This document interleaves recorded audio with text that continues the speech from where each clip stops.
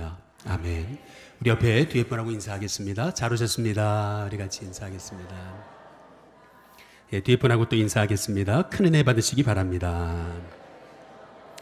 예, 우리 마지막으로 옆에 분한테 인사해 보겠습니다. 우리 좀 친해집시다. 한번 인사해 보겠습니다. 내가 누구를 두려워하리요? 라는 책이 있습니다. 이면수 목사님의 책인데요. 이면수 목사님이 누구냐면은 북한 선교를 위해 생을 바쳤어요. 캐나다의 큰빛교회라고 하는 수천 명 모이는 교회를 담임하면서도 북한에 150번을 다녀왔대요. 예. 주일날 4부 예배를 마치고 1, 2, 3, 4부 예배를 마치고 오후에 출발해서 일본 들렸다가 북한에 가서 선교하다가 또 다시 일본에 와서 캐나다에 밤에 들어가가지고 다음날 또 1, 2, 4부 설교를 하고 이런 식으로 북한 선교를 위해 생을 바치면서 가보니까 북한에 고아가 그렇게 많더래요. 정말 우리가 잘 몰라서 그렇지 이렇게 못 먹어서 죽어가는 고아들이 너무 많더래요. 그래가지고 1,350명의 고아를 돌보고 또 북한에 평양 고아기대를 세우고 그리고 북한 사람들이 먹어야 되니까 굶주리지 말아야 되니까 그래서 이 라면 공장을 세웠답니다. 그래서 수십만 명의 영혼들에게 그 라면을 무상으로 나눠주고 이제 그런 일을 했던 거죠. 정말 북한 선교를 위해서 생을 바친 겁니다. 한국인이지만 캐나다 국적을 가지고 북한을 들었다 나왔다 하면서 정말 복음의 역사 앞에 생을 헌신한 거죠. 그런데 그가 닥쳐진 인생의 결론은 뭐냐면은 북한에서 억울한 누명을 쓰고 사형 선고를 받은 겁니다. 종신형을 받았어요. 뭐 캐나다인이니까 죽일 수는 없고 그러니까 그냥 종신형을 때려가지고 그래서 노동교화형을 받아서 매일 하루에 노동하면서 그러면서 북한에서 감옥 생활을 하게 된 겁니다. 오토 원비어는 결국 그 혼수 상태에서 나왔잖아요. 근데 이분은 정말 기적적으로 하나님께서 그 북한에서 석방되게 하신 거예요. 2년 7개월 9일 만에. 캐나다 수상이 전용 비행기를 보낼 정도로 그렇게 기적적으로 이분을 건져주신 거거든요. 자기를 사형 선고를 때릴 때 뻔히 자기가 도와준 사람들인데 아는 사람들인데 이 사람들이 거짓말을 하더래요. 그래가지고 말도 안 되는 법정에서 말도 안 되는 방법으로 억울하게 사형 선고를 받은 겁니다. 그러면서 고통과 고난을 당했지만은 이면수 목사님은 그 책에서 뭐라 그러냐면은 북한 땅의 영혼을 용서한다. 그리고 북한 선교를 위해서 세계 선교를 위해서 이제는 100만 명의 평신도가 일어나야 된다. 이제 이렇게 기도하고 선포하는 것을 봤어요. 참 너무나 감동적이고 뭐 제가 하는 목회하고는 뭐 스케일이 다르더라고요. 야, 이게 하나님의 사람의 모습이 아닐까라는 생각을 하며 도전받았습니다. 며칠 전에 우리 교회 앞쪽에 이제 언덕길에서 신호대기를 하고 있었습니다. 그런데 앞에 있는 차가 느닷없이 말이죠. 후진을 하는 거예요. 아이고, 막 순간 일어난 거예요. 피할 수도 없었어요. 그냥 앞차가 뒤로 확 내려오더니 제 차를 박아버렸습니다. 너무 당황했어요. 그래서 이제 딱 차에서 내려가지고 차를 앞에를 보니까 다행히 뭐 제 차가 좋은 차인가 봐요. 할렐루야. 그 차는 많이 상했는데 제 차는 범퍼도 안 나갔더라고요. 대신 번호판이 완전히 찌그러졌어요. 어떻게 그 고기만 딱 찌그러졌는지 모르겠어요. 근데 이제 앞에 차 주인이 딱 나오더니 하는 말이 이 범퍼는 괜찮네. 전혀 미안한 모습이 아니었어요. 범퍼는 괜찮네. 이제 그러면서 저 번호판은 그냥 가가지고 하면은 돈 얼마 들지 않으니까 명함을 주면서 내 이런 사람인데 전화하라고. 그렇게 딱 이제 그런 반응을 보이니까 제 마음이 좀 힘들었습니다. 순간 당황했어요. 어떻게 해야 되나. 하나님께 기도했어요. 근데 명함을 딱 보니까 여기 남대문에 액세서리 상가에 계시는 분이더라고요. 제가 기도를 하는데 잠깐 기도하는데 하나님 주신 마음은 이거였어요. 이분이 너의 전도 대상자일지 모른다. 그래서 뭐라 그러시냐면은 그냥 별로 큰일 아닌데 그냥 이거 갖고서 뭐 시시비비 가리지 마라는 마음을 주세요. 그래서 제가 그랬어요. 나 지금 바쁜데 그냥 가시라고. 예, 나중에 연락드리겠다고. 예. 그리고 나서요, 번호판을 다 갈아야 됐고 다 이렇게 하는데 비용도 들고 시간도 많이 들었습니다. 예. 우리 집사님이 수고하셨죠. 예. 그리고 나서 없던 걸로 했습니다. 할렐루야. 예. 하나님 앞에 이제 기도하면서 그런 생각을 했어요. 하나님, 전도의 문 열어주세요. 예. 그리고 하늘에 씨앗을 심겠습니다. 하고서 그냥 없던 일로 했습니다. 예. 이제 어떤 분은 이런 얘기를 들으면은 이제 그런 생각하겠죠. 아니, 그리스도인이라고 맨날 손해만 보고 살아야 되냐 이거죠. 아니, 따질 건 따지고 그리고 얻을 건 얻고 요구할 건 요구하고 해야 되는 거 아니냐. 맞는 얘기입니다. 맞아요. 그렇게 해야 됩니다. 그리스도인이라고 뭐 맨날 어떻게 손해보고 살겠습니까? 그러나 저는 하늘의 씨앗을 심기로 한 거죠. 여기 고린도전서를 보시면은 고린도 교회 안에 정말 상상할 수 없는 문제들이 많았어요. 지금도 교회에서 이런 문제는 안 일어나요. 그런데 정말 엄청난 문제들이 일어났는데 그 중에 한 가지 문제가 바로 오늘 말씀에 나오는 거예요. 그게 뭐냐면 성도 간에 분쟁이 생겼나 봐요. 여러분, 건강한 교회도 성도들 간에 분쟁이 있습니다. 아무리 좋은 교회도 어려움이 있어요.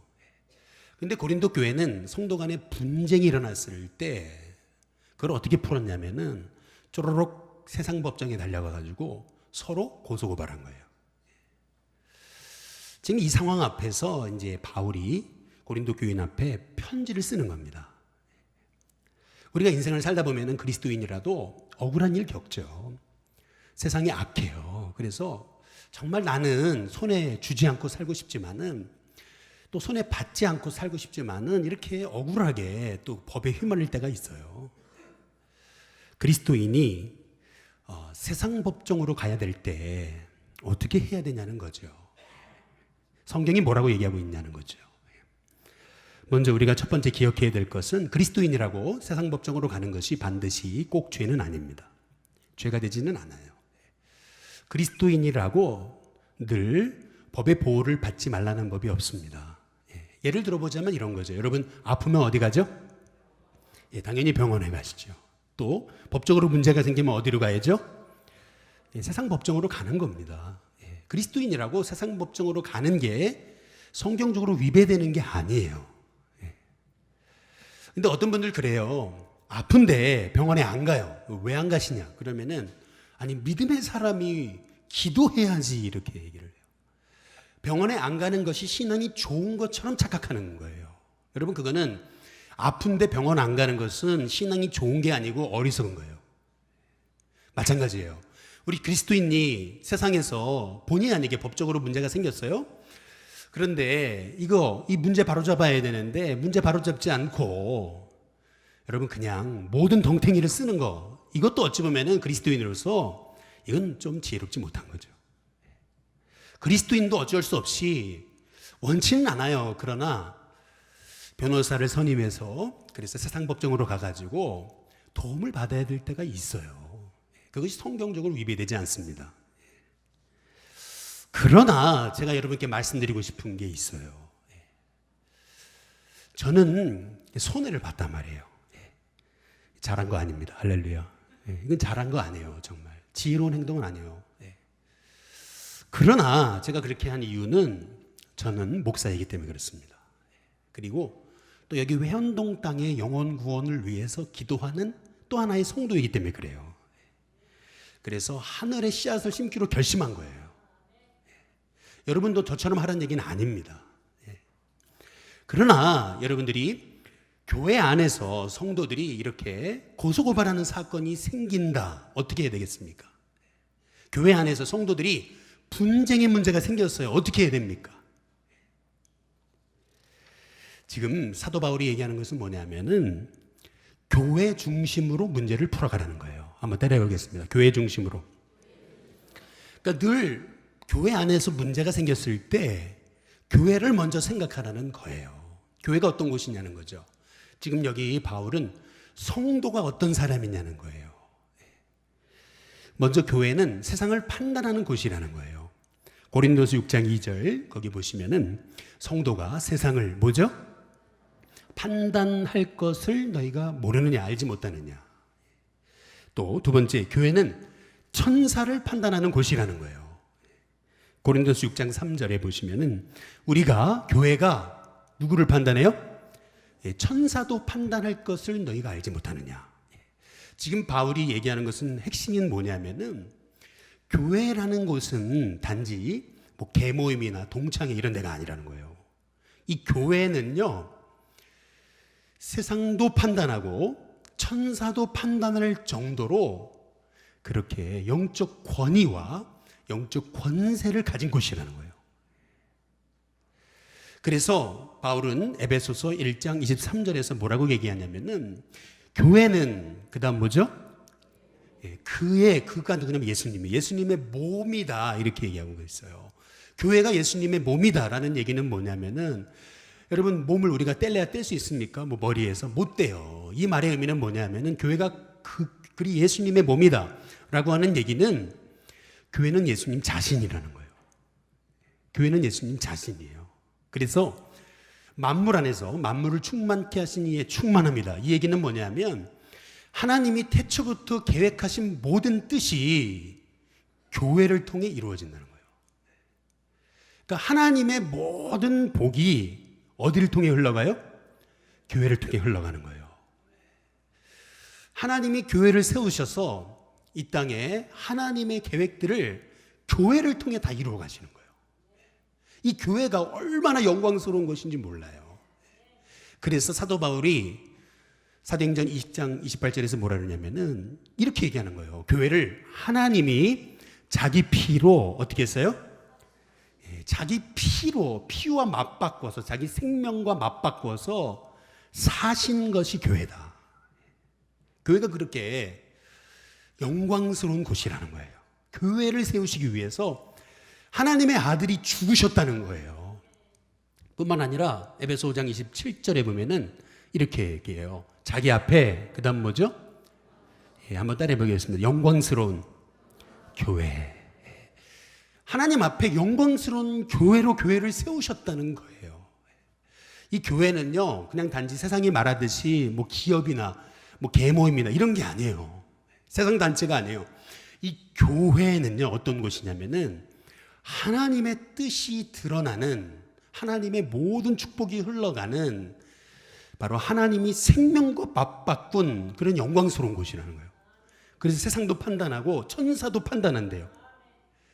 그런데 교회가 이런 영적 권위와 권세를 가지고 있는데 아니 교회 안에 조금 문제 생겼다고 교회의 지도를 받지 않고 성도끼리 문제 생겼다고 그냥 쪼르륵 세상 법정으로 가가지고 하나님을 모르는 사람들 앞에서 하나님의 사람들이 세상 방법으로 지금 문제를 풀고 있는 이 모습은 고린도 교회 성도들이 스스로 교회의 영적 권위를 무너뜨리고 있다는 거예요. 교회가 어떤 곳인지 모른다는 거예요. 스스로 이 교회의 권위를 결국 무너뜨리는 행동을 하고 있다는 거죠. 제가 이번 주에 보게 됐던 참 감명 깊은 책이 있어요. 여러분 꼭 한번 읽어보시라고 추천해드리고 싶습니다. 책 제목은 Favor라고 하는 책이에요. 하나님의 특별한 선물이라는 책인데 이 책은 그 미국의 팀 하스라고 하는 그 건설, 건축, 설계 회사를 세워가지고 미국의 5대 기업까지 올라간 정말 어떤 입지전적인 인물이죠. 하영록 회장이 쓴 간증이에요. 여기 보면은 이제 이런 얘기가 나와요. 뭐라 그러냐면은 자기 회사의 직원이 마이애미 지사의 그 책임자로 있는 사람인데 고객하고 문제가 생겼대요. 여러분 뭐 일하다 보면은 사업하다 보면 당연히 고객이 이렇게 땡깡 부릴 때가 있죠. 그때 어떻게 해야 되죠? 맞받아 쳐야 됩니까? 근데 이분은 이 자기 감정을 절제하지 못하고 이 자기 고객에게 갖은 욕설을 써가지고 이메일로 갖은 욕설을 써가지고 미국은 이메일로 소통하잖아요. 왜냐하면 전화 거는 것도 돈이지만 받는 것도 돈이거든요.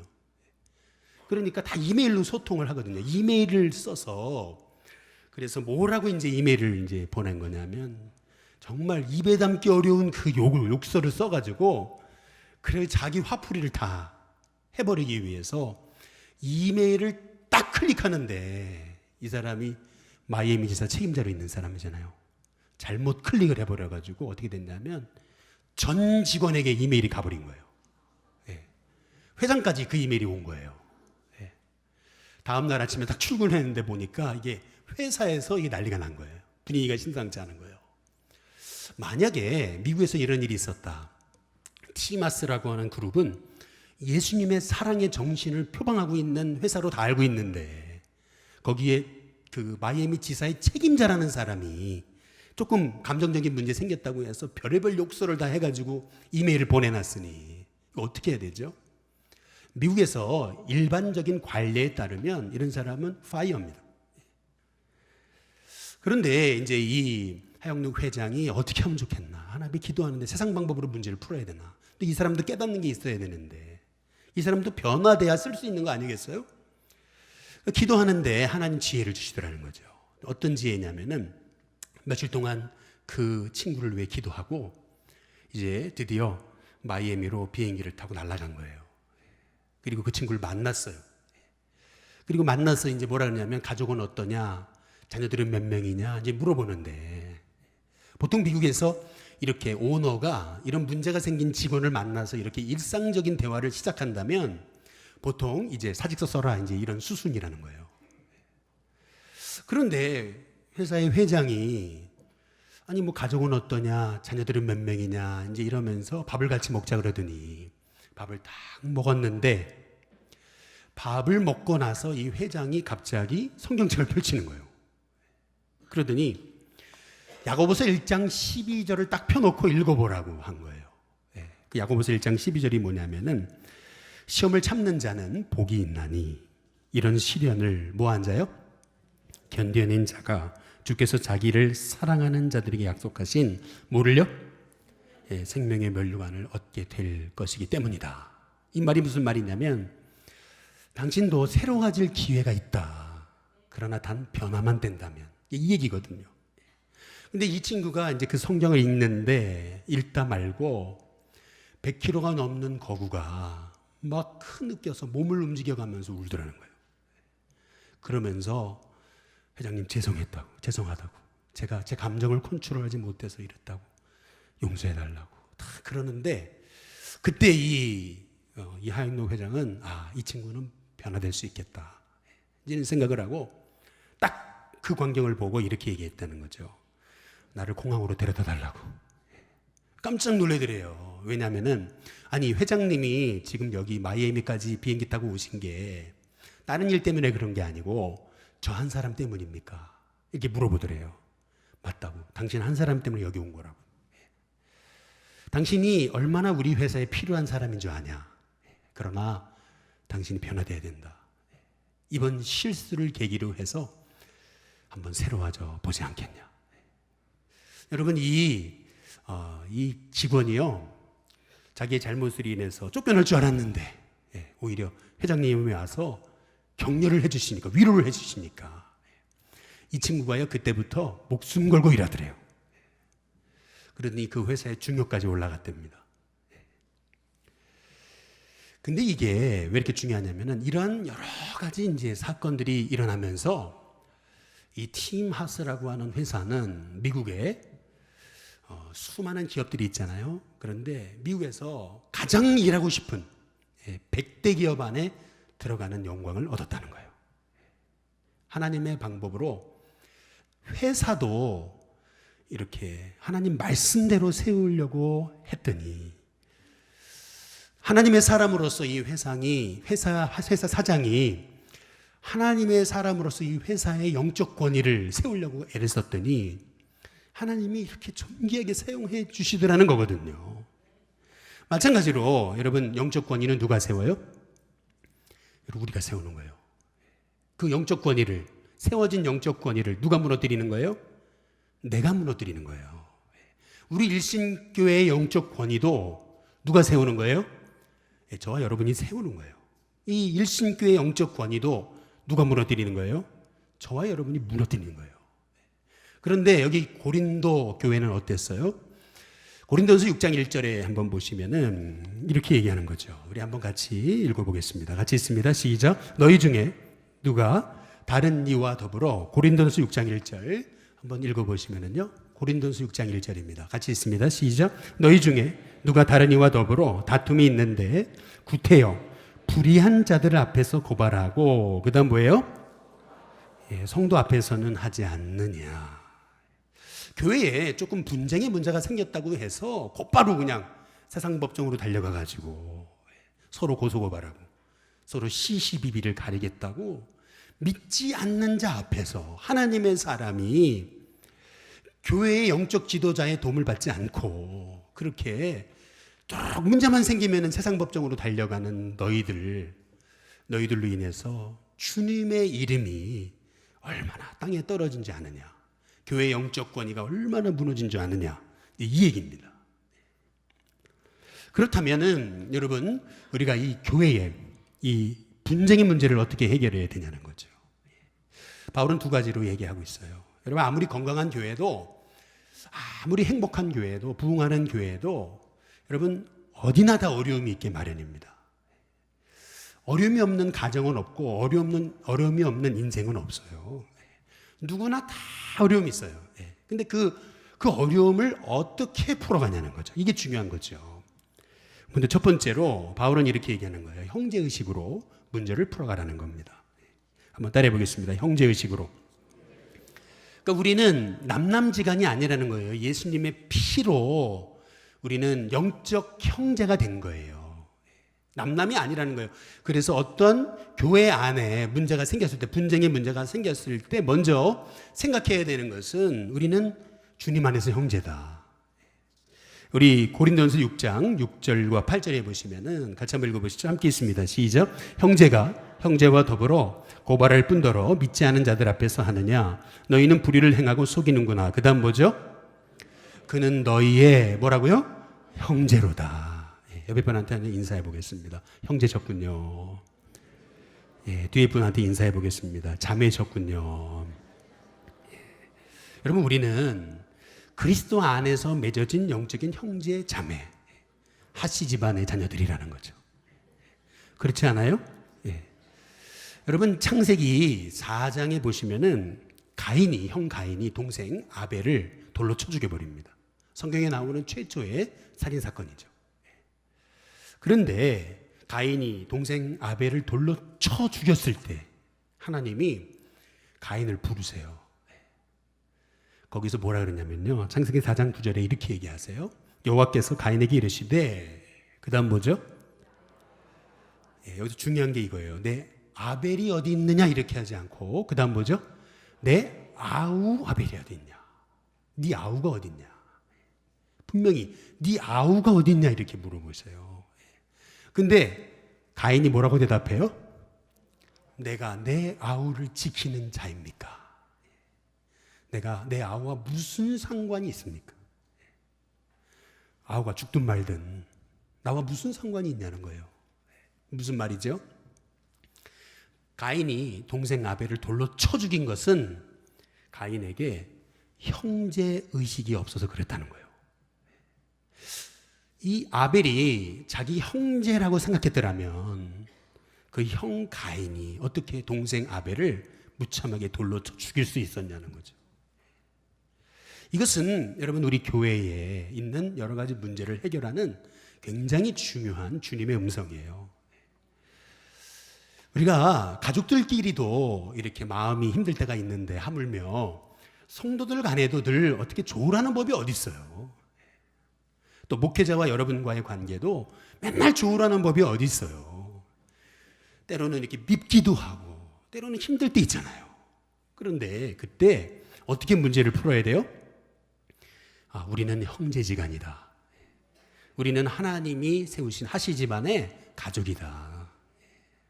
옆에 분한테 한번 인사해 보겠습니다. 우리는 가족입니다.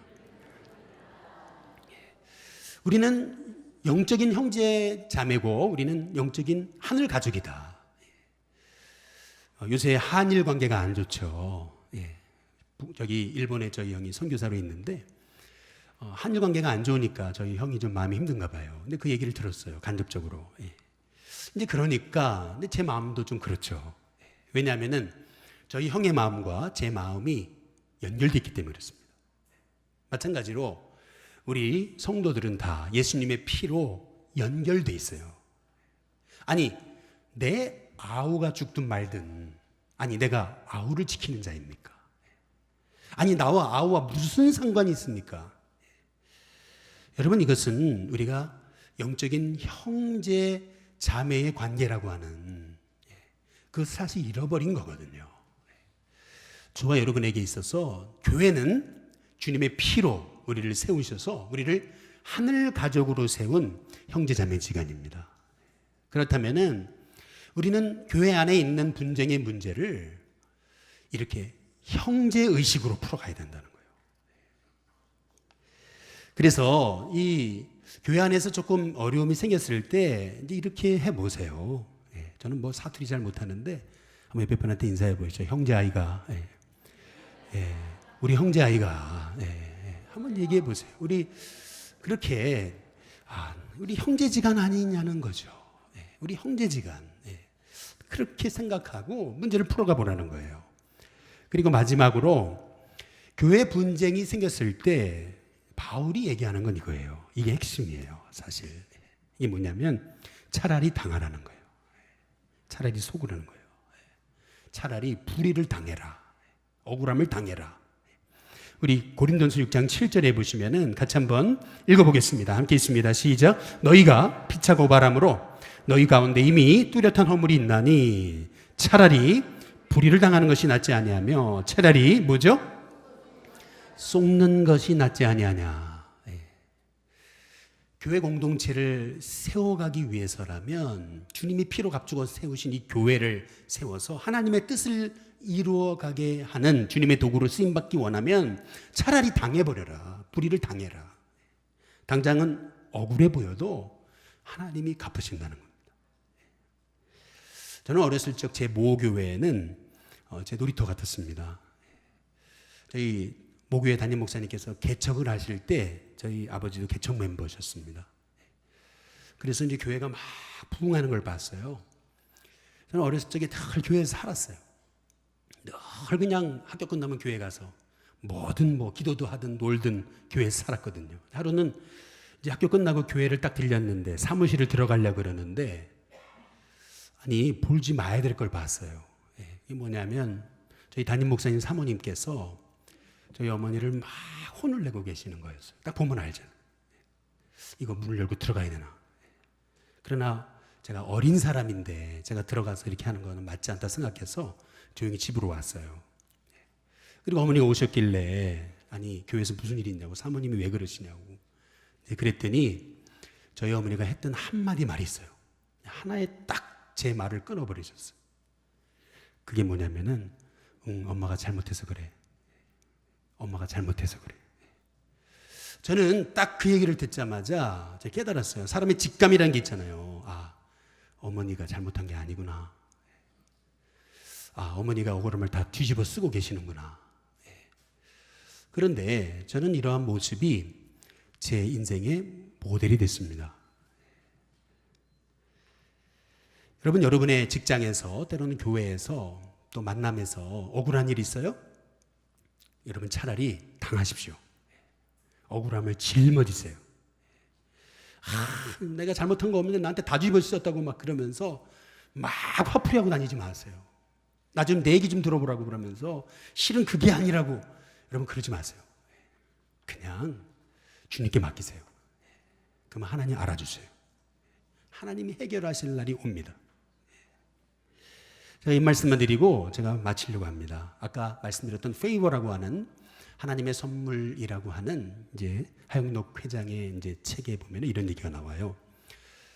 이분이 31살 때 차를 운전하고 가는데 갑자기 의식을 잃은 거예요. 큰 병이잖아요. 갑자기 사람이 의식을 잃었는데 병원에 가보니까 심장에 문제가 생긴 거예요. 그래서 심장 이식을 하지 않으면 곧 죽는다는 거예요. 그래서 병원에서 이분을 관리하면서 2년 동안 기다렸대요. 결국 2년 만에 심장 이식을 할 심장이 나타난 거예요. 주치의가 유대인인데 와가지고 오늘 밤에 이제 수술할 거니까 준비하시라고. 그러면서 이 유태인이 이제 이분이 무심코 던진 말이 뭐냐면은 옆에 방에 있는 여자는 심장 이식 수술을 받지 않으면은 내일 모레 죽는데 당신은 운 좋은 줄 알아. 근데 이제 그 한마디, 옆에 있는 사람은 지금 심장 이식을 하지 않으면 이틀 후에 죽는다. 이 말을 딱 듣는데 그때 하나님 음성을 들었대요.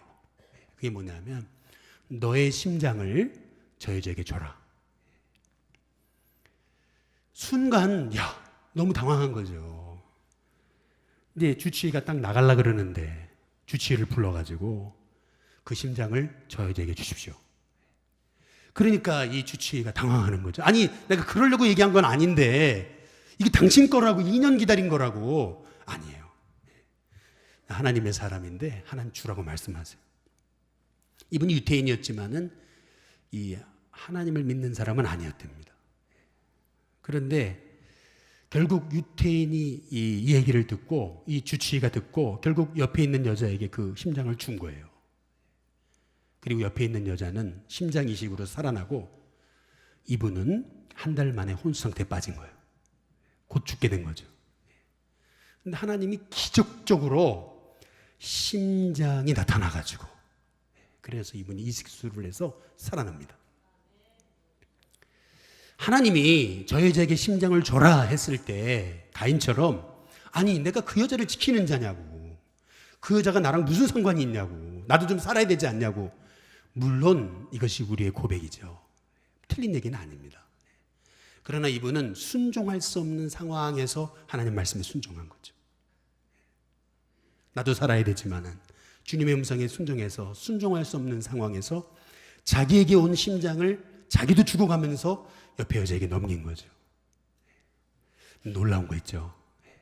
그때부터 이분의 삶에 기적이 시작되는 거예요. 그 책 제목처럼 favor라고 하는, 왜 이렇게 책 제목을 영어로 했냐면 한국어로 해석하기가 쉽지가 않대요. 하나님의 은혜와 은총이 시작된 거예요. 그 하나님의 은혜와 은총이 뭐냐면은요, 먼저 첫 번째는 여러분 우리나라도 그렇지만은 미국은요 이렇게 심장 이식 수술을 하면은 돈이 천문학적으로 든답니다. 수술하고 나도 돈이 없어가지고 수술하고 나도요 하루에 먹는 약값이 약만 150만 원이래요. 아무리 이 사람이 돈이 많아도 여러분 감당할 수 없는 거예요. 돈이 없어가지고 약값이 없어가지고 다른 환자들한테 찾아다니면서 약을 빌려가지고 먹었대. 그런데 말이죠, 주치의가 템플 병원을 옮기게 되면서 주치의가 병원장한테 얘기했나, 이런 사람이 있는데 이런 사람은 살려야 된다고. 그래가지고 그 템플 병원의 병원장이 레터가 온 거예요. 앞으로 너의 모든 치료와 모든 수술은 다 내가 책임지겠다. 수십억의 돈을 병원에서 책임지겠다. 그리고 두 번째는 뭐냐면 이제 남을 위해서 내가 이렇게 누군가의 죽음으로 내가 살아난 건데, 결국 심장 이식을 한다는 거는 누군가 죽어야 되는 거잖아요. 내가 사는 거잖아요. 내가 어떻게 나만을 위해 살아요. 그래서 남을 위해 살고 싶은데 생각해보니까 봉급쟁이로 있어서는 안 된다는 거예요. 그래가지고 이분이 했던 일이 사업을 시작한 거예요. 아내와 단둘이서 자기 집 차고에서 사업을 시작한 게 여러분 지금 미국의 이 건축 설계 업계에서 5위 랭킹 안에 올라선 그런 정말 입지전적인 인물이 된 거죠. 이게 하나님 은혜라는 거예요. 하나님이 정말 무한한 페이버를 이분한테 부어주신 거라는 거예요. 근데 그 다음이 진짜예요. 이게 뭐냐면 이분이 심장 이식을 하는데 너무 급하게 하게 돼가지고 알코올 중독자의 심장을 받았대요. 원래는 심장 이식을 하면은 10년을 살아야 되는데 알코올 중독자의 심장을 받은 바람에 6년이 딱 되니까 그때부터 호흡곤란이 오더래요. 그래서 다시 이제 재수술을 해야 되는데 심장 이식을 또 받아야 되는데 심장 이식을 또 받아도요 10년밖에 못 산답니다. 그런데 여러분 보세요. 미국은 법이 다른 사람도 살려야 되니까 심장 이식을 2번밖에 못 받는데, 그게 법이래요, 법. 다른 사람도 살려야지 한 사람한테 다 심장을 주면 어떡해요?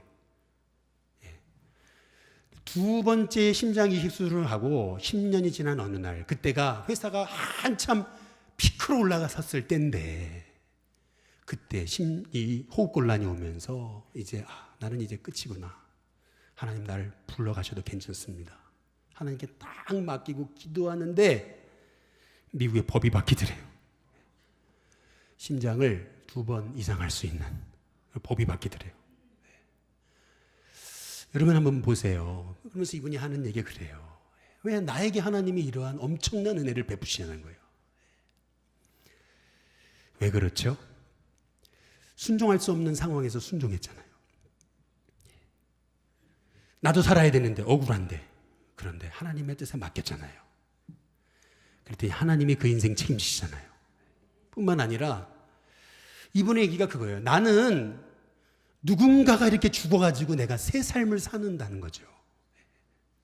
누군가가 죽었기 때문에 내가 새 삶을 사는 거라는 거예요. 근데 마찬가지로 우리도 그렇지 않아요? 우리도 예수님이 나 때문에 십자가에 죽으셔서 내가 지금 산 거예요. 그렇다고 본다면은 그 예수님의 십자가의 은혜를 생각하는 우리라면은, 여러분, 나에게 억울하게 한 사람, 또 내가 받은 손해, 이게 도대체 크면 얼마나 크냐는 거예요. 예수님도 십자가에 죽으시면서 억울하게 십자가에 죽으셨잖아요. 그러나 다 감당하셨잖아요. 그랬더니 하나님이 예수님을 높이셨잖아요. 마찬가지로 저와 여러분도 그렇습니다. 우리가 이 땅을 살면서 때로는 본의 아니게 억울한 일 겪죠. 때로는 어떤 문제가 생겼을 때 시시비비를, 옳고 그름을 가르는 선악과를 따먹고 싶어요. 꼭 옳고 그름 가리고 싶어요. 그러나 여러분, 선악과 따먹지 마세요. 오히려 하나님께 맡기세요. 생명나무가 해답이에요. 그냥 하나님 기뻐하시는 일에 방향 맞추고 영혼 구원에 힘쓰는 거예요. 그럴 때 하나님이 다 여러분의 삶을 책임지십니다. 바라기는 우리의 삶이 우리의 짧은 계산과 짧은 우리의 그 득과 실에 매여서 사는 사람이 아니라 하나님의 favor, 하나님의 은혜로 살아가는 저와 여러분이 되시기를 주님의 이름으로 축복합니다.